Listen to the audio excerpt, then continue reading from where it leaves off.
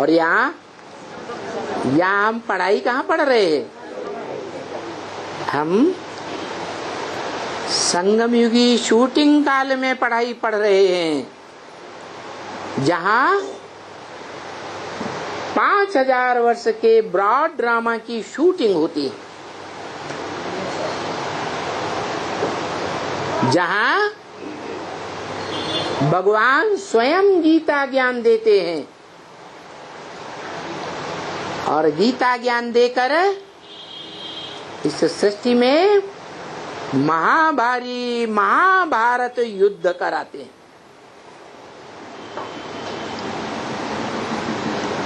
बताते हैं इस युद्ध में सबको पसार होकर जाना पड़ेगा।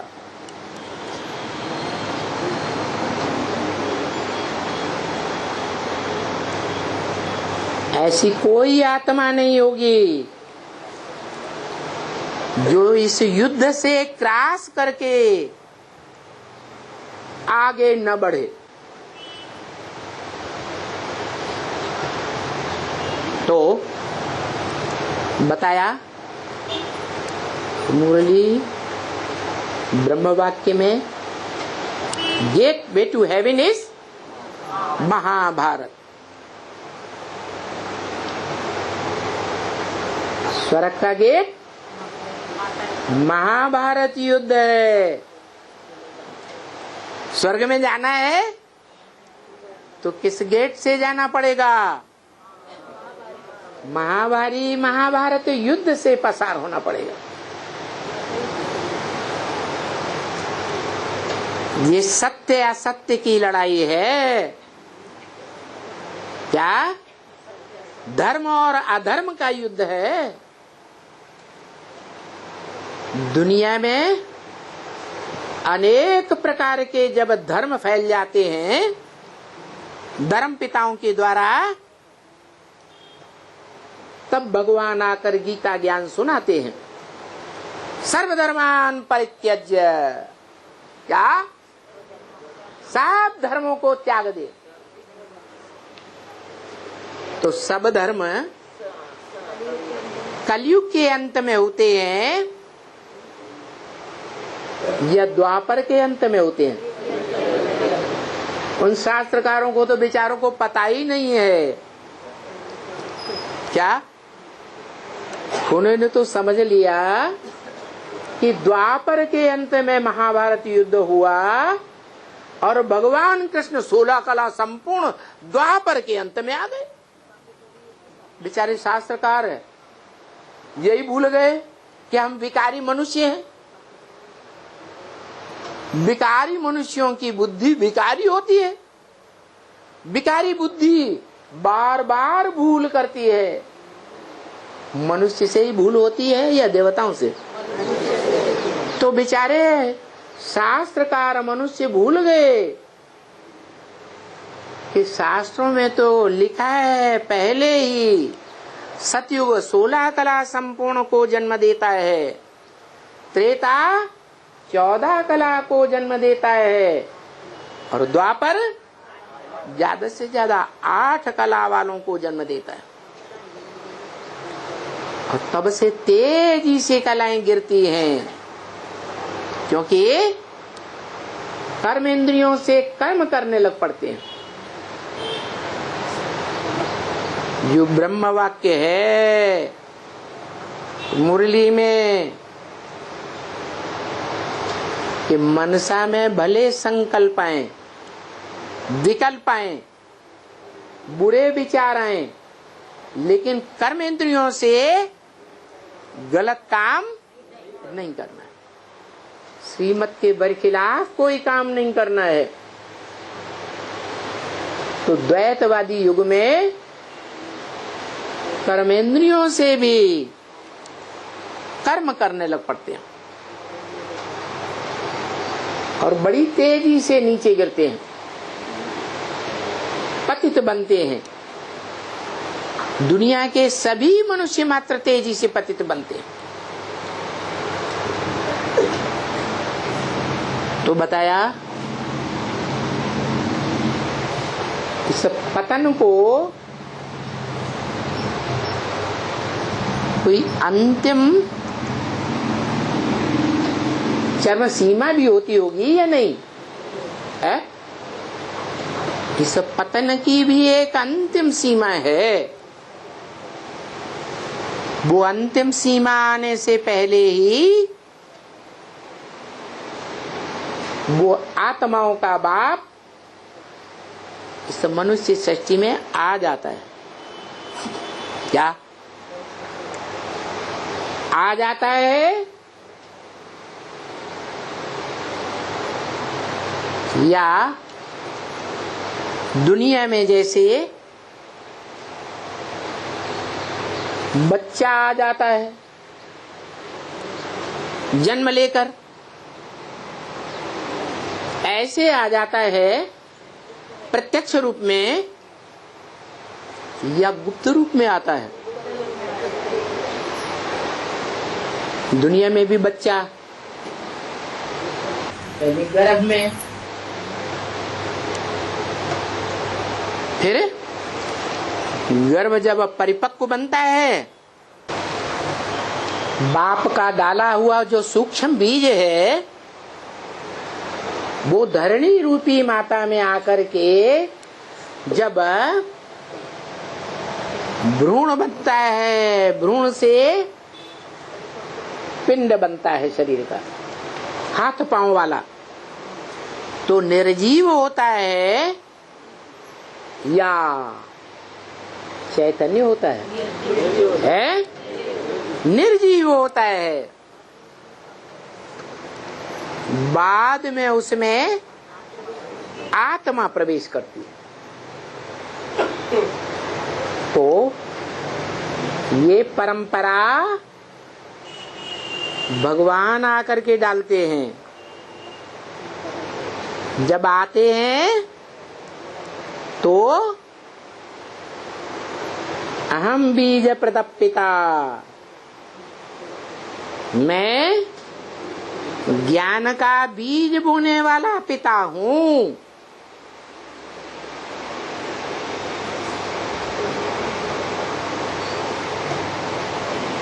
कौन सी आत्मा है? जिस आत्मा में पहले पहले ज्ञान का बीज डाला गया।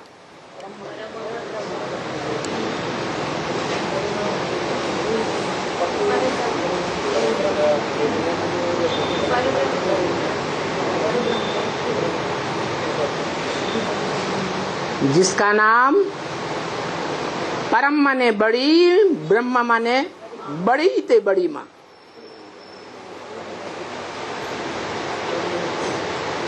ब्रह्मा नामधारियों में भी सबसे बड़ी माँ।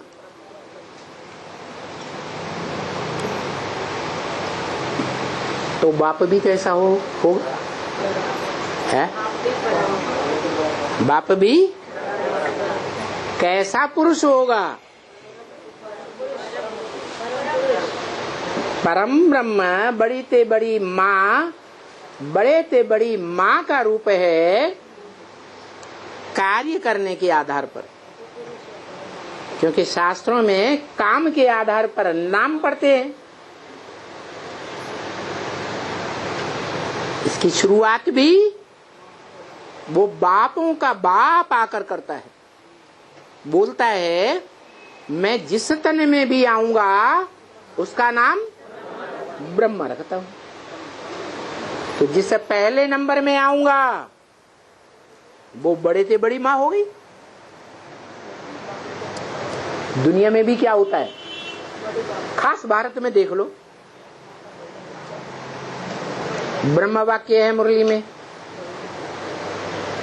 क्या भारत में पुरुष की एक स्त्री मर जाती है तो कहते हैं एक जूती गई, दूसरी लेते हैं, तीसरी लेते हैं, चौथी लेते हैं।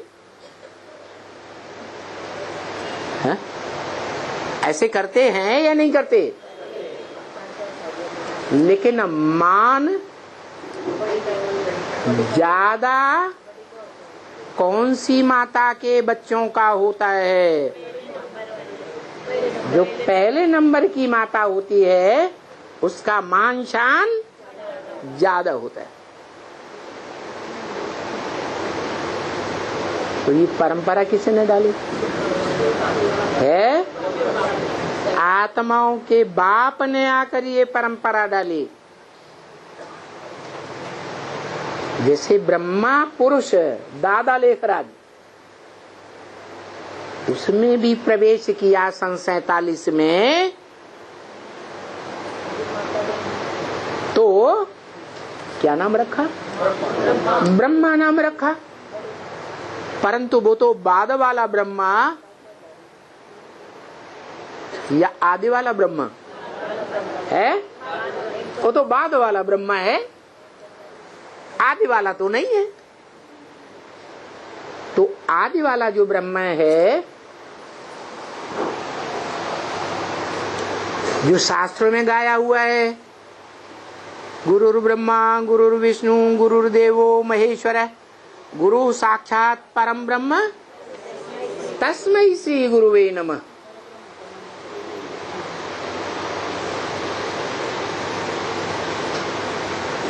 वो बड़े ते बड़ी माता जिसे परम ब्रह्म नाम दिया गया, वो बच्चों के रहने का स्थान है, मूल स्थान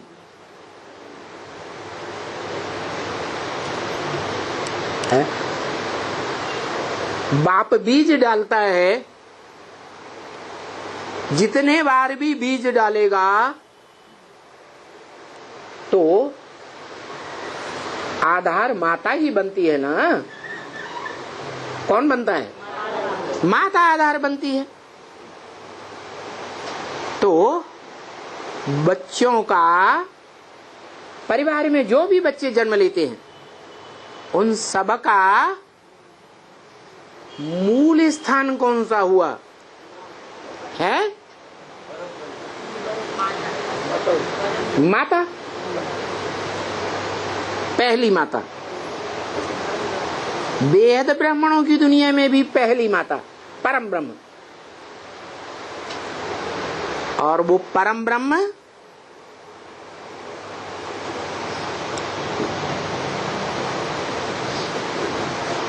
पांच 700 करोड़ मनुष्य आत्माएं हैं।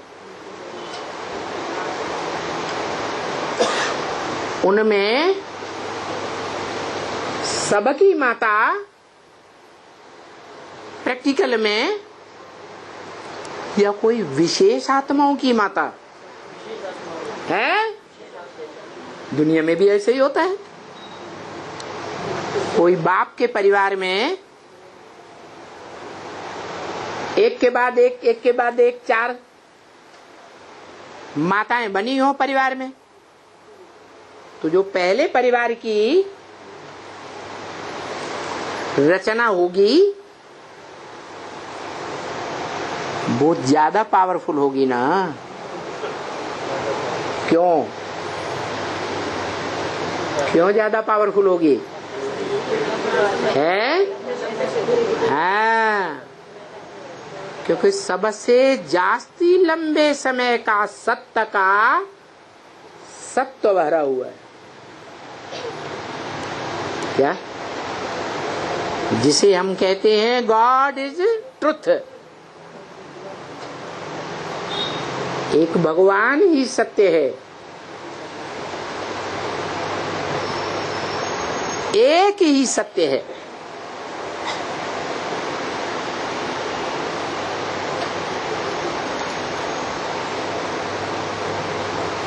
उसके अलावा कोई भी सत्य नहीं है।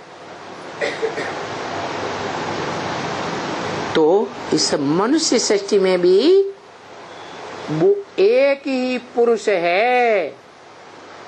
पुरु माने शरीर रूपी पुरी, और श माना शयन करने वाला। एक ही आत्मा परम पुरुष है। किस आधार पर? जो इस सारी मनुष्य सृष्टि के चक्र का ज्ञाता है। पूरे परिवार का ज्ञाता कौन होता है? बाप होता है।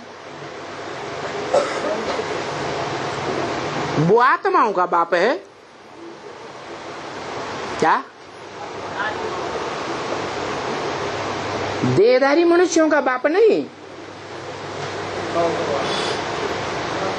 लेकिन देहधारी आत्माओं को वर्षा देने वाला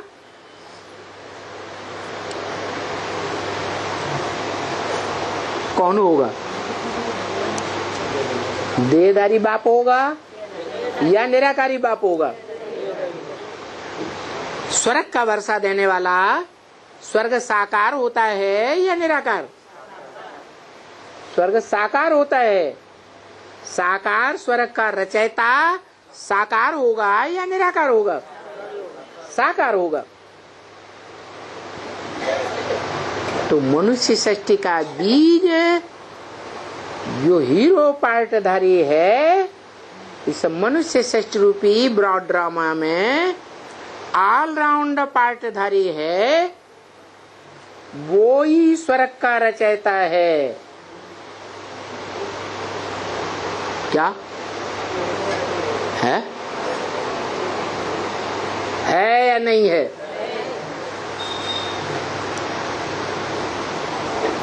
आंखें बड़ी बड़ी हो रही हो तो अभी बता दो।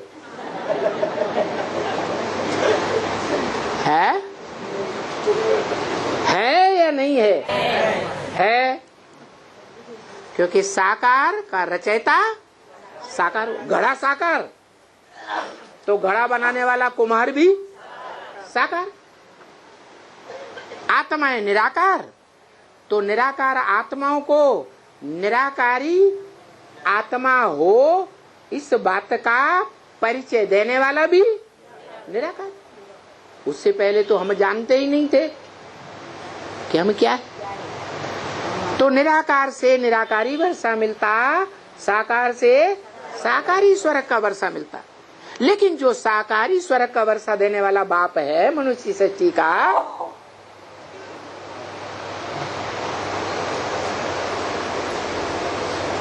वो तीनों कालों में पार्ट बजाता है कि नहीं? कलह क्लेश वाले तमो प्रधान युग में भी सुख दुख लेने और देने का पार्ट बजाता है या नहीं? तो जो दुख देता है, जो सुख लेता है,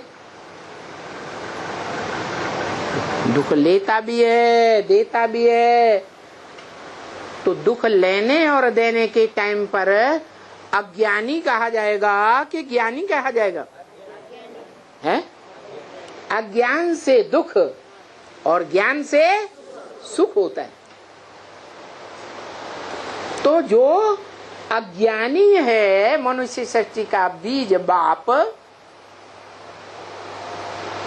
उसको ये ज्ञान कहाँ से मिलता है कि स्वर्ग कैसे रचा जाए?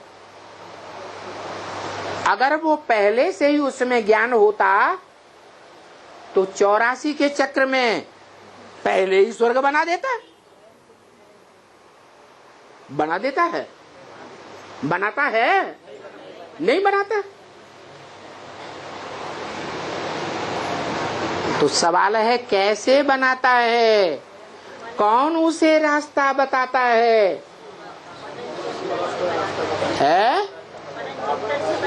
वो काहे का मनन चिंतन? अरे 63 जन्म तो सुंदर सुंदर बीवियों का मनन चिंतन किया है। राजयोग सीखने वाले राजाओं ने ढेर की ढेर रानियां रखी हैं। भारत पतन के गर्त में गया ना, तो भिखारी बनने से गया ना। तो 63 जन्म का अभ्यास क्या है?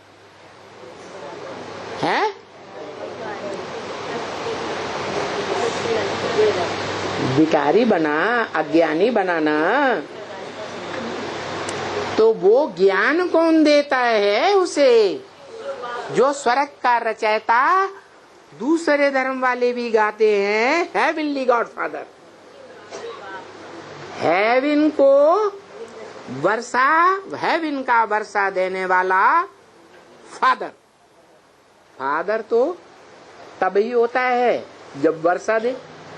फादर सिर्फ कहे और कभी मिले ही नहीं, वो फादर कैसे हो सकता? इसलिए मुरली में बोला, सारी दुनिया की जो भी मनुष्य मात्र हैं, सबको आकर के मिलते हैं। कोई को आंखों से, ज्ञानेंद्रियों से, कोई को कर्मेंद्रियों से भी मिलते हैं, कोई को 11वीं इंद्रिय मन से साक्षात्कार हो जाता है, कोई को तीक्ष्ण बुद्धि होने के कारण पता चल जाता है कि यही बाप हो सकता है, कोई दूसरा बाप नहीं हो सकता। तो ये अखबारों से जान लेते, देखते नहीं ना, हो सकता टीवी में देखेंगे, मिलता सबको है। तो सवाल यही है कि स्वर्ग का रचयिता कौन? एक या दो? रचयिता तो बाप ही कहा जाता है, परंतु प्रवृत्ति मार्ग से सुख दुख की सृष्टि बनती है कि बिना प्रवृत्ति के बनती है? तो प्रवृत्ति चाहिए, माता चाहिए या नहीं चाहिए? तो वो परम पुरुष, परम पिता को क्या चाहिए? माता चाहिए। तो इस मनुष्य सृष्टि में जो पूरा चक्र लगाने वाली आत्मा है, तीनों कालों का चक्र लगाने वाली, उसको पता है ना कि यही काल चक्र है, यही महाकाल है जो पूरा चक्कर लगा के आता है तीनों कालों का। तब मुझे ज्ञान होता है, किसको? शिव बाप को, कि ये तीनों काल का ये चक्र में ये ऐसा ऐसा होता है। तो तीनों काल का ज्ञाता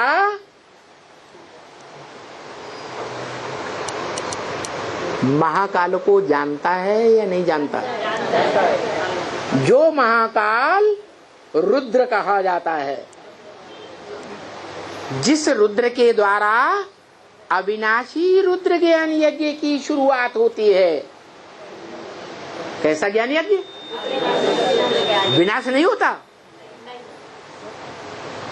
सतयुग त्रेता में भी सार रूप में ज्ञान रहता है, द्वापर कलयुग में भी वो महाकाल मरता नहीं,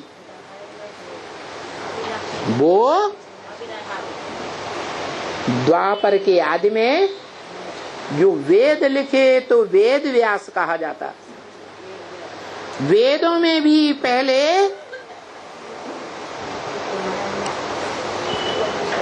श्रीमद् भगवत गीता की रचना हुई। तो गीता में भी लिखा है क्या? व्यास प्रसादात्। ज्ञान किसके प्रसाद से, प्रसन्नता से मिला? व्यास की प्रसन्नता से। वो ही व्यास उन वेदों का, गीता का व्याख्याकार बनता है। शतपथ ब्राह्मण लिखे गए, आरण्यक लिखे गए, पुराण लिखे गए, उपनिषद लिखे गए, और द्वापर से लेकर के कलयुग तक पुराण लिखे गए। ये रामायण महापुराण जो कहा, रामायण पुराण जो कहा जाता है, तुलसीदास के द्वारा कलयुग में लिखा गया ना। तो वो अविनाशी ज्ञान जीवित रहता है या खत्म हो जाता है? ओ हीरो पाटदारी इस सृष्टि रूपी रंगमंच पर कोई न कोई रूप में रहता जरूर। भले सब संग के रंग में आते हैं तो वो भी संग के रंग में आकर नीचे गिरता है। लेकिन बड़े राजा का बच्चा कुसंग में आए और सामान्य पुरुषों के बच्चे भी कुसंग में उसके साथ साथ आए तो ज्यादा पतित कौन बनेगा? तो वो बड़े ते बड़े बाप का बड़ा बच्चा है इस सृष्टि रूपी रंगमंच पर ऑलराउंड पार्टधारी। इसलिए वो सुप्रीम सोल बाप उस मनुष्य सृष्टि के बाप में प्रवेश करके उसका नामकरण करते हैं। है परम ब्रह्म को भी फिर सती कहा जा सकता है क्या? जैसे पार्वती को अपन सती कहते वैसे परम ब्रह्म को भी सती कहते। बीच में बोलना जरूरी है। पार्वती का पूर्व जन्म सती था या वो जन्म सती था? तो पार्वती नाम क्यों दे रहे हो? पार लगाने वाली पूर्व जन्म वाली सती थी या वो है? सती माने सत्व को धारण करने वाली। दुनिया का बड़े से बड़ा सत्व है ज्ञान। नहीं ज्ञान सर्वसम पवित्रम ही विद्यते। इस दुनिया में ज्ञान के समान, ईश्वरीय ज्ञान के समान कुछ भी पवित्र नहीं है। तो वो सती की बात है। वो परम ब्रह्म नाम देता है अपना काम निकालने के लिए। बाप जन्म नहीं देगा मनुष्य सृष्टि का, देव आत्माओं का। कौन जन्म देगी? माता जन्म देगी। तो ब्राह्मण सृष्टि पहले है। उस ब्राह्मण सृष्टि में माता का नाम दिया ब्राह्मण सृष्टि रचने के लिए परम ब्रह्म है। तो पुरुष जैसे ब्रह्मा पुरुष था, नाम दिया ब्रह्मा, तो उसका नाम माता भी है, वो पिता भी है। आदि में भी माता और अंत में भी माता पिता दोनों साथ एक ही शरीर में। जब संपन्न रूप बनता है तो बड़ा रूप माता और बिंदु रूप पिता, उसको कहते हैं शिवलिंग।